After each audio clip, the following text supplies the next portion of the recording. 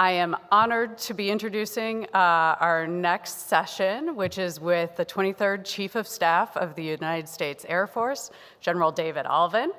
I'm thrilled that he is here today, given the theme of our conference, which is America's Edge, because he's written very pointedly about this topic in Breaking Defense and other outlets, and the fact that the United States has probably had an unprecedented amount of dominance in the air domain over the last 30 or so years, but that edge has been eroding. And it's eroding because the US Air Force is smaller than it has been for a very long time, and the fleet is the oldest that it has ever been. But there's a lot of momentum in terms of modernizing the fleet and figuring out what type of Air Force, what the fleet needs to look like going into the future. There's been the recent announcement of the F-47 fighter aircraft, the next generation air dominance, the collaborative combat aircraft, the Loyal Wingman type drones that will be accompanying it, the B-21 bomber, and the Sentinel ballistic missile. So we're gonna dive into all of these topics. I'm going to ask you, if you have questions in the audience, online or in person, submit them at cnas.org live. I will introduce them in the course of the conversation. General Allvin's going to come up and make a few remarks to begin, and then we'll begin our discussion. General Allvin.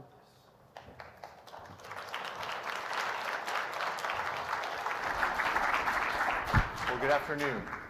It's great to be here. I know it's like just after lunch, and it looks like I'm going to give you a long briefing, I promise.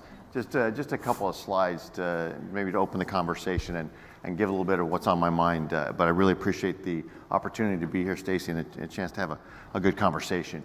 We talked about America's Edge and how it's been eroding, and right now we're in an incredible time, right? We're in an incredible time in history, an incredible time in our country, incredible time in our Air Force. We do have an advancing threat. We do have massive disruptive change going on all around us. We do have the pace of change advancing. And in order to look into the future, which is becoming more and more nonlinear, right, we need to be able to have ourselves grounded in something. We know that the United States Air Force has done five basic things since its inception and before. We know we do air superiority. We know we do precision strike anywhere in the globe. We know we do rapid global mobility. We know we do ISR. We know we do command and control to support all of that. But the real question is, in order to do what? We need to do them to advance American air power, to help the joint force, to help the nation, to help the president accomplish a national security goal. So when we're in the midst of these cacophony of voices about what we need, what we don't need, what we should invest in, what we should divest from, it really does us good to start focusing on why we actually have an Air Force. So, and this helps us in these times of prioritization. What should we invest in, and how do we compare, with the Air Forces of the past or the other services? However, why do we need an Air Force? And so I've come up with 3 priorities, and I chickened out because the first 2 I didn't choose between them, because I believe they're equal. The first one, it really is, we can talk about how we can deploy across the globe and do X, Y, or Z, but if we are not defending the homeland from threats in and through the air domain, we're failing the American people and the country. So we can never forget that's what we're doing. So as we start thinking about things like Golden Dome or any of these other things that are new imagination of how we're going to need to defend the homeland in the future, through the space domain, air domain, there's an air domain layer in there. And so I believe we're going to play a part in that. And we look forward to supporting the whole Golden Dome initiative. But we've been basically on alert in some form or another for almost 25 years now, safeguarding the skies of America. So we cannot walk away from that as a primary reason why America needs an Air Force. And right next to that, I'm not going to put either one of those number 1 or number 2, but it's the nuclear deterrence, supporting strategic stability. 2/3 of the nuclear triad, 3/4 of the NC3. That's our responsibility. This is the price of admission for an Air Force for the United States of America in these days. So it's not only one of those things that happens before all the cool stuff we're going to talk about projecting power. This is the price of admission. And oh, by the way, that price is not cheap. But we can't walk away from that. And so we need to understand that when we're seeing what the value is of the United States Air Force to the nation. And finally, we do project power. We do it in a unique way. We provide the most responsive. We can put a responsive impact across the globe, faster, and perhaps with less of an escalation potential, because we don't have to bring massive amounts of forces with us that once they're there, maybe we get entangled and it's hard to disentangle from that situation. And we go across the spectrum of conflict. That's why you have an Air Force in the United States of America right now. That's what we need to keep our eye on as we're trying to figure out how we keep America's edge, how we keep the Air Force's edge. And when we're talking about priorities, this is where we have to come back to. And America will decide how much of an Air Force it wants. If it wants a big Air Force, I want to ensure it's a big ready Air Force. Small Air Force, a small ready Air Force. But we're going to be ready to do what the nation needs, and we believe this is the value that we provide. So how do we continue to provide this into the future? So how do we look at the changing character of war, look at the new manner in which potential adversaries have fought back against the strategy that we've used in the past to make it harder for us to do what American air power has been able to do? How do we look at that? Well, I'll use the old risk board as a, you guys remember this? How many forces do you put up in the Kamchatka Peninsula, and understand you can get from Brazil to West Africa in one move? But anyway, it's an interesting, sort of the way we've done it, and I'm going to simplify to make the case, at least in the past 25, 30 years, is an event happens, and if we decide we're going to go to war, what do? We set the pieces. We decide this is where we're going to go, and we put all the forces there. We move the Iron Mountain, whether it was, even at the end of the Cold War, we did the return of forces to Germany to make sure we get the forces there in time to, when the dikes start rolling off, we can go. Desert Storm, we did it the same way. We fought from Saudi Arabia just outside of the contested environment for our Air Force, so we could generate the tempo that could degrade the air defenses, that could gain and maintain our superiority, that could make it an unfair combined arms fight. That's what we did. So we positioned ourselves as close to the fight, just outside, so we could generate that tempo. But then, now potential adversaries start building a more dense threat environment that makes it harder and harder to do that. So that makes it more challenging for us, and maybe we have to move a little bit further back. Move further back, now it's harder to generate that range and tempo in the way that we've done it. So this idea of limited contested environments surrounded by large pockets of sanctuary around the globe is a 50-year-old paradigm that's really was been broken a while ago. We need to recognize that and understand for the United States Air Force to do what's expected, we might have to do it a little bit differently. And then when you talk about space and cyber, there are very few sanctuaries on the globe. So we need to rethink that.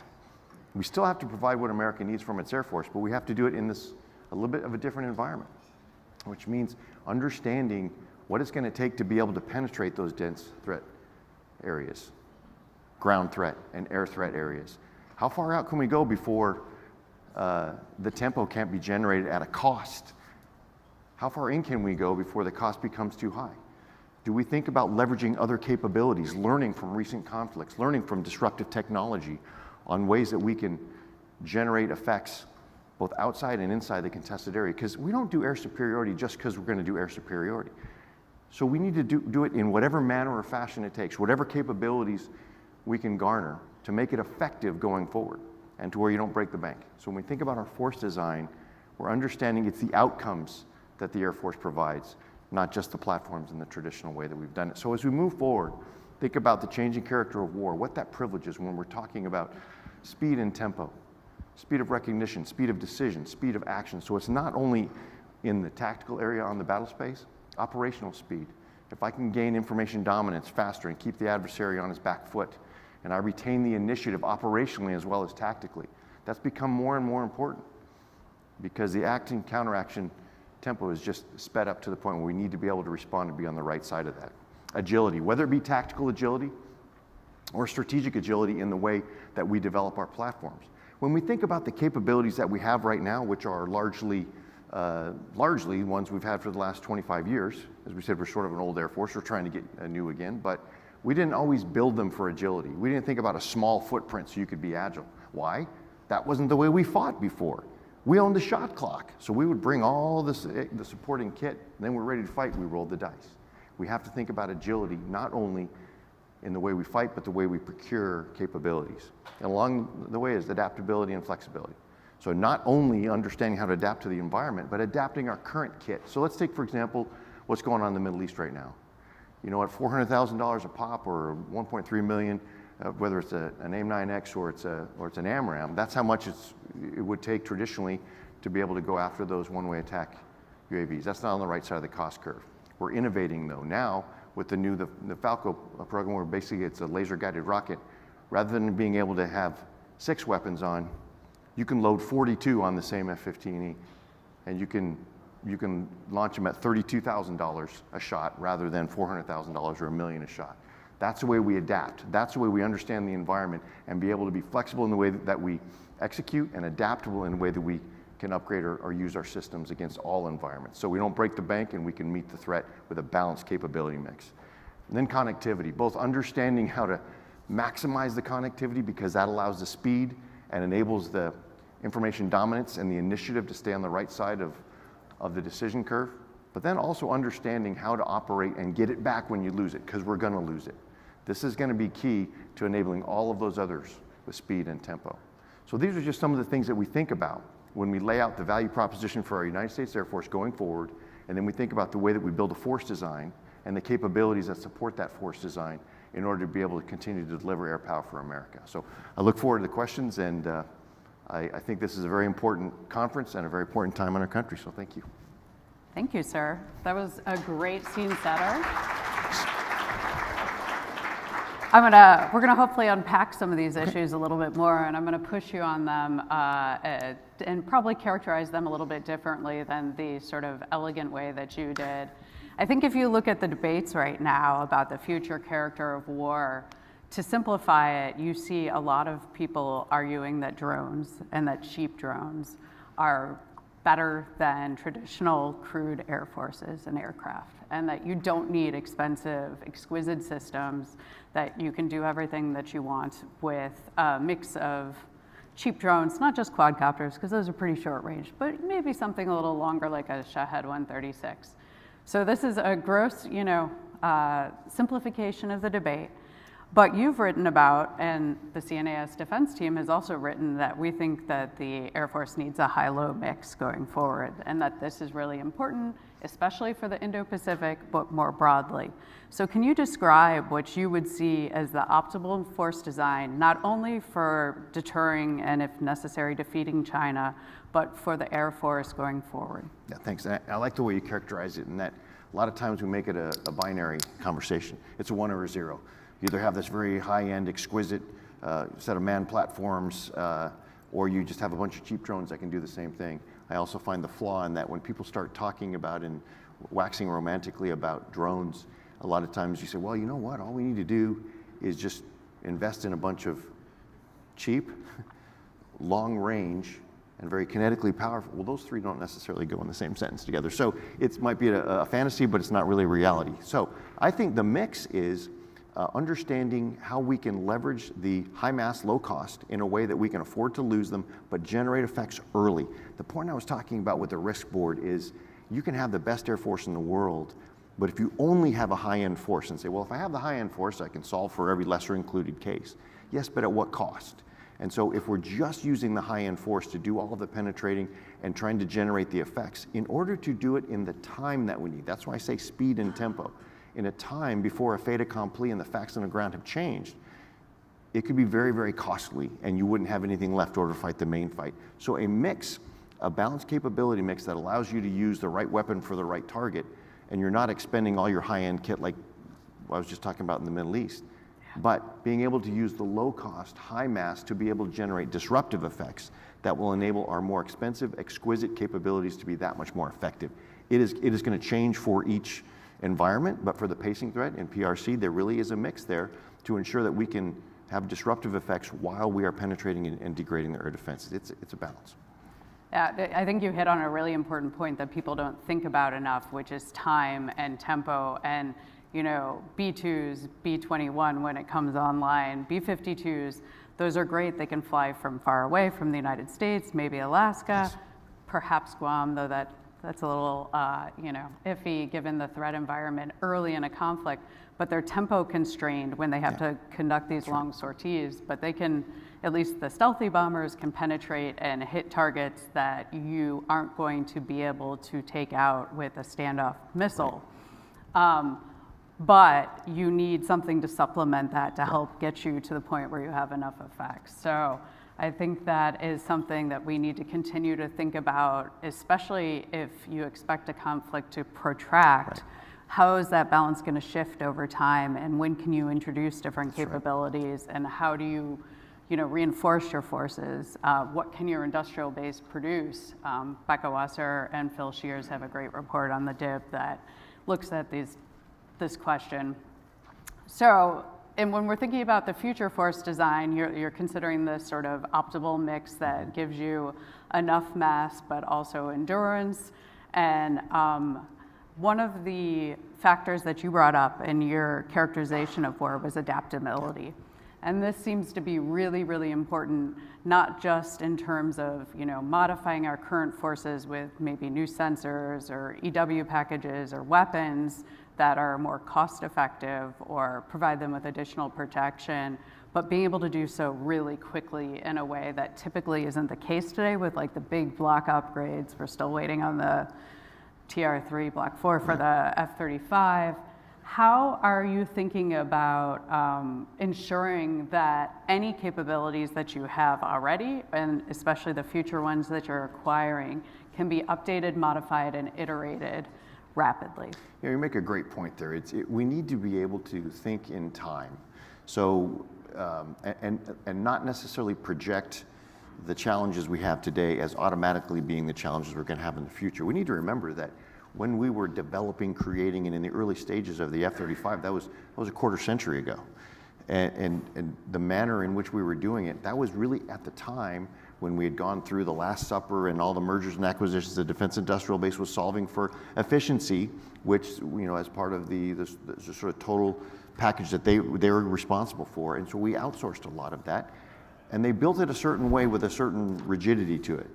So right now the challenge with the current force we have is actually building in the interoperability into a system that was not designed for that piece. We have to do that. So when they say when's the best time to plant an almond tree, 20 years ago or today, so let's start today. And in the way that we are developing the next generation air dominance family of systems, which includes F-47, which includes now the YFQ-42, the YFQ-44, both of those, they were designed from the beginning a different way, intended specifically to be able to accept disruptive change and updates and modernization into the future. So much so that in the first increment of our CCAs, in which the 42 and the 40A are now both prototyping, we baked in the key performance parameters that we did not want to solve for a long term. We're going to build in a long depot maintenance structure because we don't want to necessarily be strapped with that for the years to come. But we did build in the mission systems architecture that we own that allows more of the innovation part of industry to come in and play and adapt and upgrade. So it is built to update and adapt from the very beginning. And if it's the first increment version of the CCA is something that only lasts for 15 years, okay. We don't have to fight the sunk cost theory and we can move on to the next thing. If it's still good enough with the modularity we built in to last for 30, even better. But we're not strapped into one thing of a large capital investment that you can't deviate from. You put this well previously, built to last versus built to adapt, I think. And I think it really is true. There are these different types of weapons that we're looking to procure now, and some of them might not have the decades-long lifespan or, almost 50, 100 years. Some of our aircraft are getting up there, long in the tooth. Since you brought up the industrial base, I'm going to take a question from the audience, introduce it here from Andrew, who is asking about the fact that you need a strong industrial base to support the Air Force. Where do you see the most critical gaps between what the Air Force needs and what industry is currently positioned to provide? And how is the Air Force thinking about working with industry to close those? I think right now we're making progress. I think one of the bigger gaps that we have is sort of the integration of artificial intelligence and the autonomy into it. I think we're getting there, and I think we're doing a good job, but that's where I'm really looking forward to gathering the best in industry to see how best we can integrate that in the future. And it's only with this sort of a structure that we're able to do that. We talk about the lamentation of the increasing brittleness of the industrial base.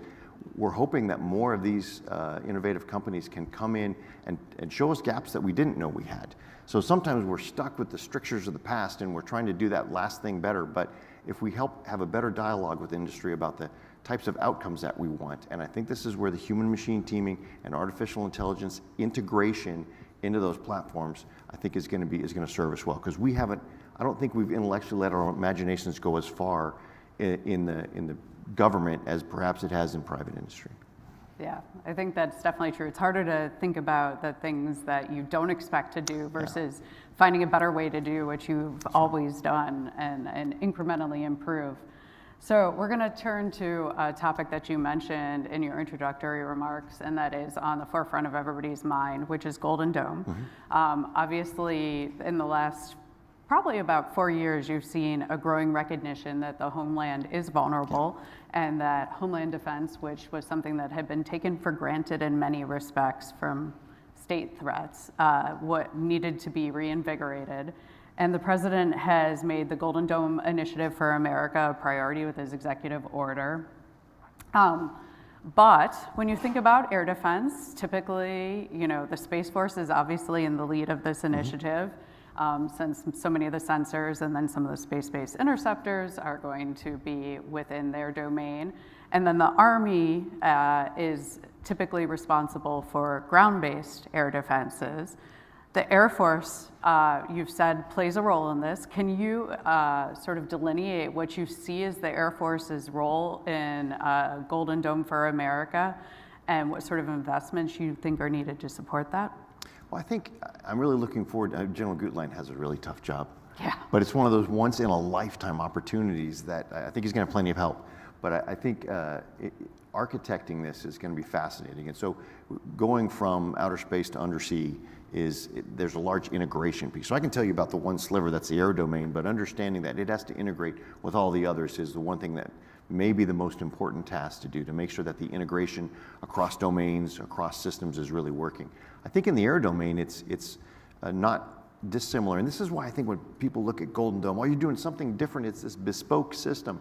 I believe there are so many capabilities, so many technologies that are going to be used beyond that we need to recognize that there are things, understanding that the domain awareness is key. So we have to have the ability to have domain awareness through the air domain, and whether that's working with the radars that are going to be leveraged for the space layer as well, or airborne platforms or whatever. You need to have that domain awareness. There's also going to be perhaps a mass of incoming missiles that need to be dealt with that may not all be ones properly serviced by space-based or ground-based. So there's going to be an airborne layer for cruise and hypersonic and some ballistic missiles that we need to be aware of as well. So it's still that supporting in the sensing and sense-making, and then some of the kinetic effectors that may be engaged by airborne platforms that could be crewed or could be uncrewed, depending on how you do it. So I think there's a case to be made, but none of those things are things we would do uniquely and solely for the Golden Dome. And then going back on the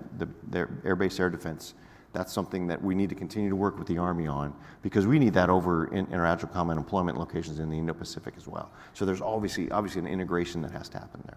Yeah, no, for sure. This hits on some of my former colleagues at the RAND Corporation spent a lot of time looking at air-based defense, and one of their obvious but not often fully recognized observations was the fact that the Air Force relies on the Army for ground-based air defense, and that's been sort of a perennial sore spot from time to time.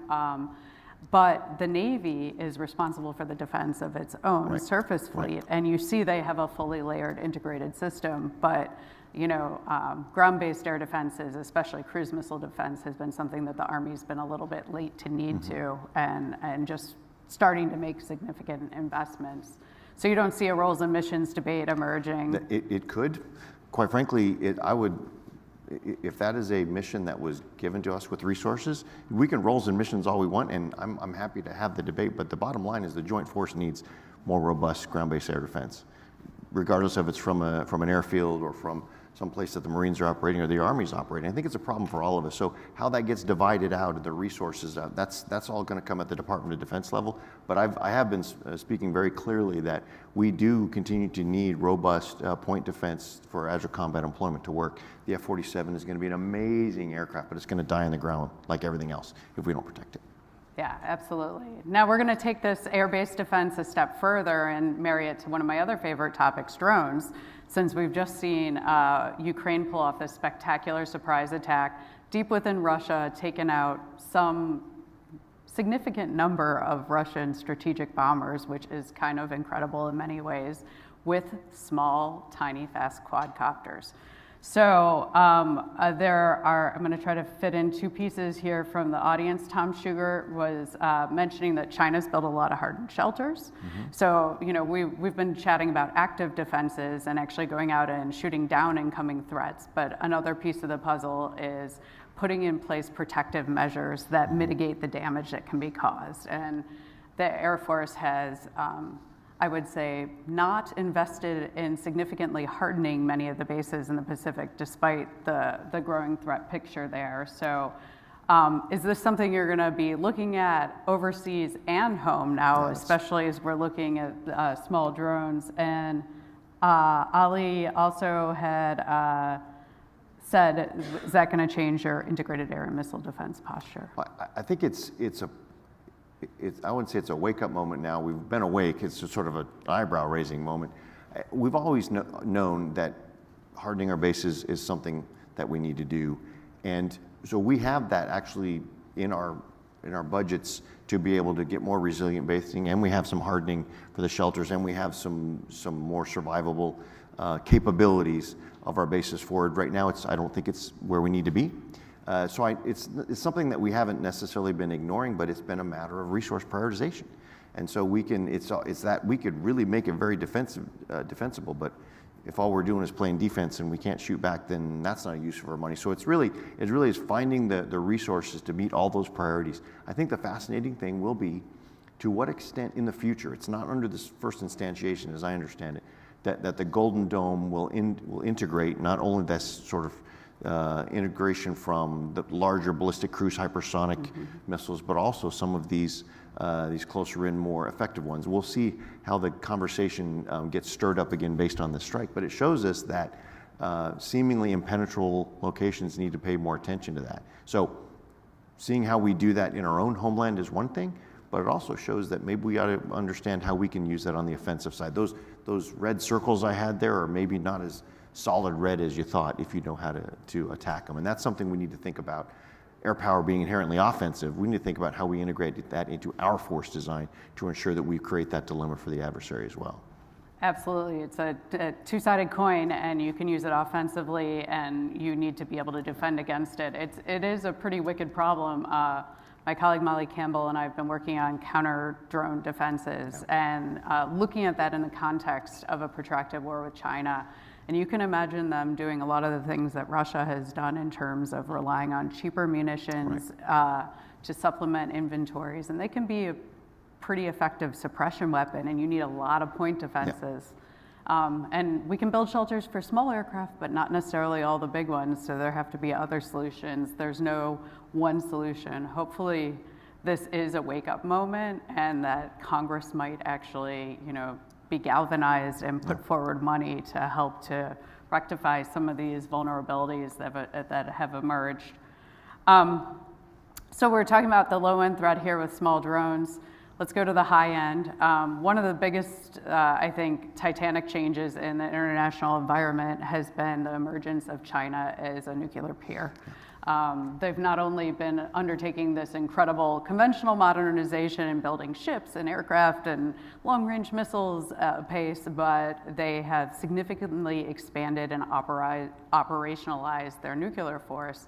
And this creates a different situation and a different problem that the United States has ever faced, where it has two peers that have secure second strike capability and non-strategic nuclear weapons, and we have to think about deterring them at the same time, which is why we're modernizing, partially why we're modernizing the nuclear deterrent, but this is coming at a pretty eye-watering price tag.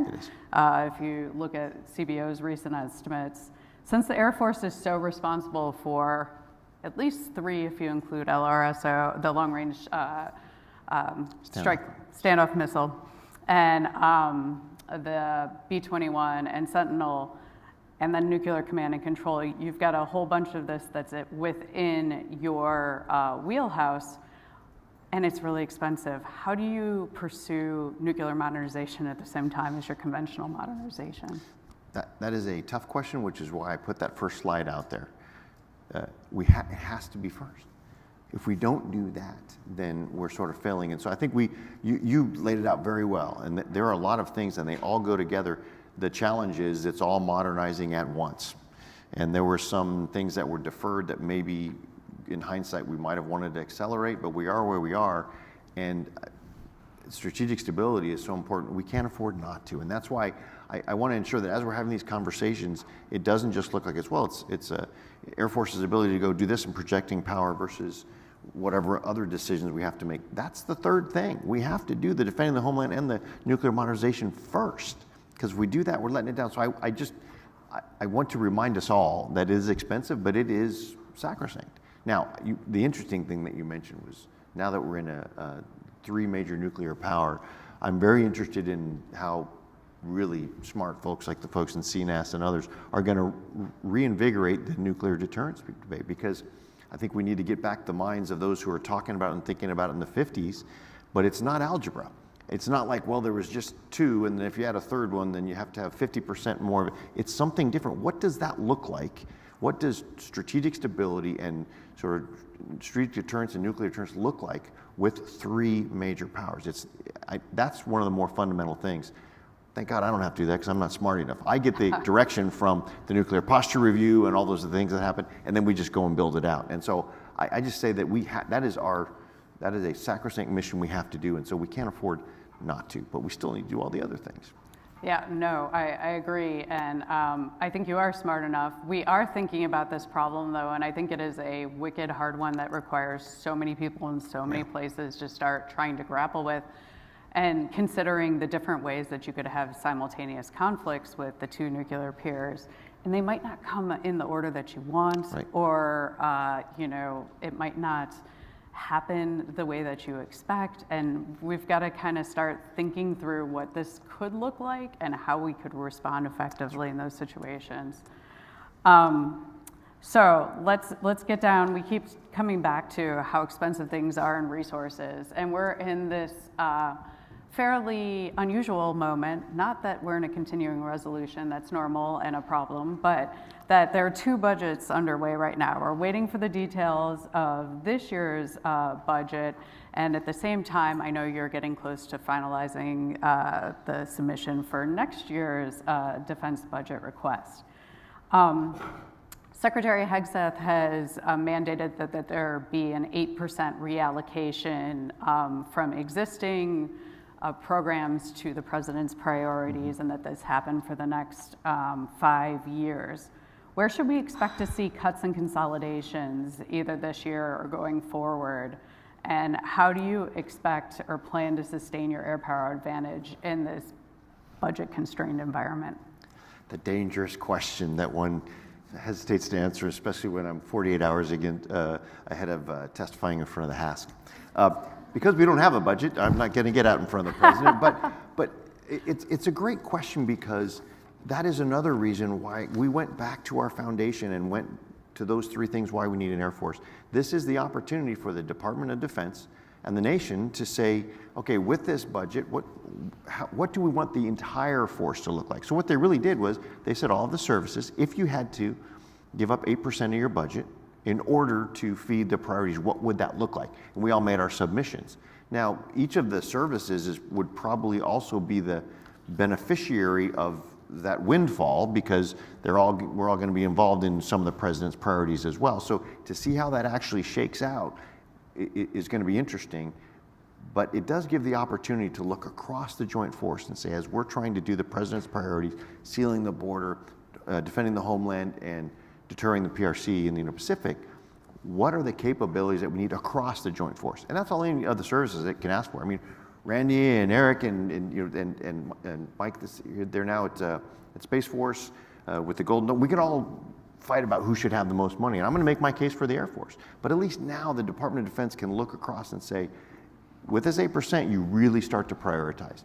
So I'm just making my case, and I think, like I said, I want to ensure that as we go forward, whatever the country is going to bear resource-wise, I'm going to give it the most Air Force I can for it. That sounds like a very Pollyannish answer, but that's where we really are. You layer your priorities and you tell what you can deliver, and when the nation comes back and says, this is how much resources, we just put the best Air Force forward. Yeah, it is one of those interesting conversations that's really evolved, where previously very few people would go out and say that one service should be prioritized over another, though air power's flexibility means that it's critical in Europe. In Asia, can flex to the Middle East. Maybe something happens on the African continent. You know, the speed and responsiveness is pretty unparalleled. But if you have priorities, you actually should allocate your resources along to support them. And then something has to not be a priority, because at a certain point, there are too many and it's not really meaningful. I want to ask one question, one final question, since we're heading up on time here, about allies and partners. This is something that has been a theme that was in the 2018 NDS, the 2022 NDS, and has been identified as one of America's core sort of asymmetric advantages. How are you going about trying to build and expand or deepen relationships with allies and partners, especially in the Indo-Pacific, given that it's the priority theater? Yeah. Well, I lean on our Pacific Air Force's commander, Kevin Schneider. He does a great job in interfacing with him every day, but I look forward every time I can talk to any of those air chiefs or any of them around the globe. The key is really interoperability and a comfort level to understand that whatever level of capability that they have, the more interoperable, the more we can fight together. And that's just not talking about it, that's exercising together. The exercise we're going to have this summer, we have more integration with allies and partners. It's having that comfort level and that consistency to know this is where we're headed. And if our countries are at least headed in the same direction, and we can make sure there is some interoperability for us from the get-go, not on day 4 month of the fight, that's going to be actually key. So that really hasn't changed for me as an air chief. To the extent that different allies and partners are interested in earlier on sharing and co-production, co-development of capabilities, that would enhance our warfighting at the end, but that becomes downstream of a policy decision. And so when we see things like AUKUS and some of the other elements, I think there's a role for us to play in our air forces to be able to start looking at those co-development, co-production, because now we're integrated from the beginning. Yeah, no, ideally you want that co-production, co-development, you know, shared stockpiles. That's right. That are perfectly interchangeable, to use Admiral Mradikin's word, right. So that you can reduce the logistics burden of operating in the vast theater in the Pacific or wherever it may be. That's a great point. Interchangeable is beyond interoperable. It has the ability to reduce that time response to be able to create effects because they're already in the theater and you know how to operate. And we're doing that more and more. And we're looking at being able to service each other's jets, those sort of things that just reduce the footprint. Because like I said, when we built the Air Force that we have largely now, we didn't think about having a key performance parameter being keep it light, keep it agile, because we hadn't imagined the world we're in now. But now that's a premium. Yeah, no, that is absolutely true. And those are wonderful things to hear that you're working on, because they're absolutely necessary and will be critical to the U.S., particularly in the Indo-Pacific. So I think we are just about up on our time. I want to thank you for such a wide-ranging conversation and frank one. We've talked a little bit about how the Air Force's edge has eroded a little bit, but it looks to me like you're putting it on a really good path to sharpen it going forward in the future, and hopefully there will be resources to support that. I'm going to ask everybody to stick around for the next panel. It's going to nicely dovetail on this conversation by exploring the issue of how Congress is viewing the U.S.-China competition. Thank you very much. Thank you.